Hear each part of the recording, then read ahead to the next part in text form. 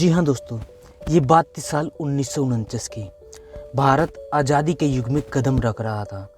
उस वक्त पूरी आबादी को ना तो खिलाने के लिए अनाज था और न ही पिलाने के लिए दूध। जो किसान दूध पैदा करते भी थे वो बिचौलियों को औने पौने दाम में बेचने को मजबूर थे।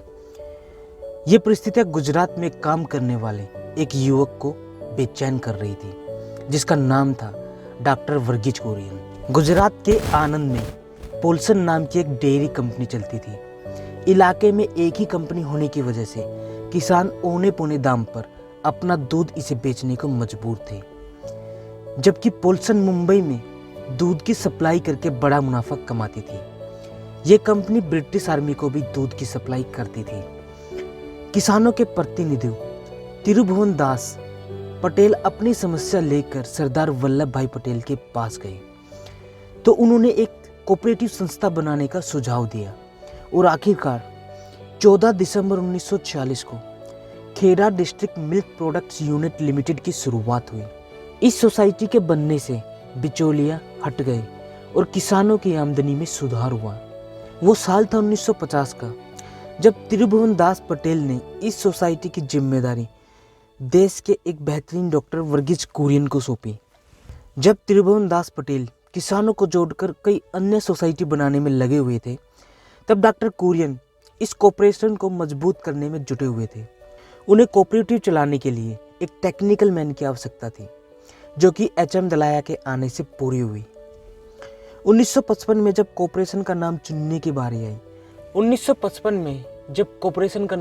की बारी आई तो डॉक्टर कुरियन ने इसका नाम अमूल रखा। ये आनंद मिल्क यूनियन लिमिटेड का छोटा सा एक रूप था। साथ ही संस्कृत में अमूल्य का मतलब होता है अनमोल, जिसकी कोई कीमत ना लगाई जा सके। अक्सर आपने देखा होगा कि अमूल की ऐड में या फिर अमूल के किसी भी प्रोडक्ट पे एक छोटी लड़की का फेस दिखाई देता है, एक छोटी लड़की दिखाई देती है। उस लड़की की कहानी भी दिलचस्प है। जी हाँ दोस्तों, आपको बता दें कि पोल्सन डेयरी के विज्ञापनों में एक पोल्सन गर्ल आती थी। तभी डॉक्टर कुरियन ने एडवर्टाइजिंग कंपनी से मीटिंग की और एडवर्टाइजिंग कंपनी के आर्ट डायरेक्टर और कम्युनिकेशन हेड ने अमूल गर्ल को क्रिएट किया। अमूल की मार्केटिंग और सप्लाई चेन पर फोकस होने की वजह से 1998 में अमेरिका को पीछे छोड़ भारत दुनिया का सबसे ज़्यादा दूध पैदा करने वाला देश बन गया। अमूल का मॉडल इतना प्रभावी था कि सरकार इसे पूरे देश में लागू करना चाहती थी। इसके लिए 1964 में नेशनल डेयरी डेवलपमेंट बोर्ड का गठन हुआ। डॉक्टर कुरियन ने ही दुनिया के सबसे बड़े डेयरी डेवलपमेंट प्रोग्राम का खाका तैयार किया, जिसे ऑपरेशन फ्लड या फिर श्वेत क्रांति के नाम से जाना जाता है। 1970 में व्हाइट रेवोल्यूशन आया और अमूल को एक मॉडल बनाया गया। ये मॉडल एक पिरामिड की तरह था, जो 3 स्तर पर काम करता था। पिरामिड के निचले हिस्से में गांव के किसान, जो कोऑपरेटिव सोसाइटी के सदस्य होते थे, ये सारे सदस्य मिलकर अपना एक प्रतिनिधि चुनते थे और इन प्रतिनिधियों को मिलाकर जिला स्तर का एक मिल्क यूनियन बनता था। ये दूध की प्रोसेसिंग से लेकर पैकेजिंग की जिम्मेदारी तक निभाते थे।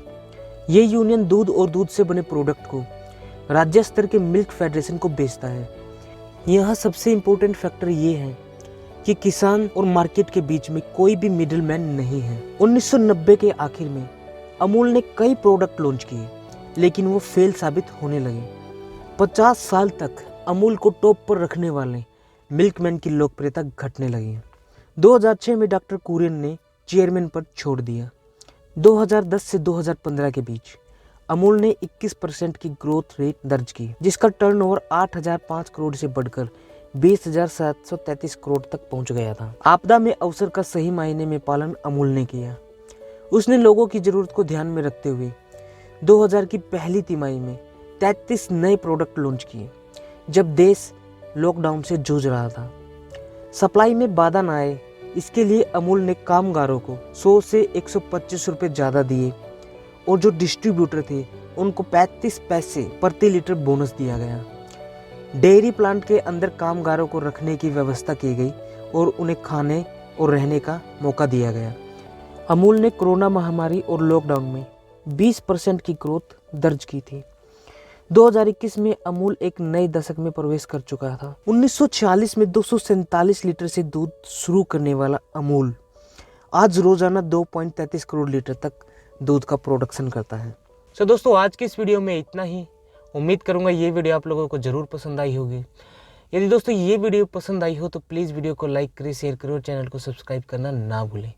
सो दोस्तों, मिलते हैं किसी ऐसी ही अगली मज़ेदार वीडियो में। तब तक के लिए बाय बाय।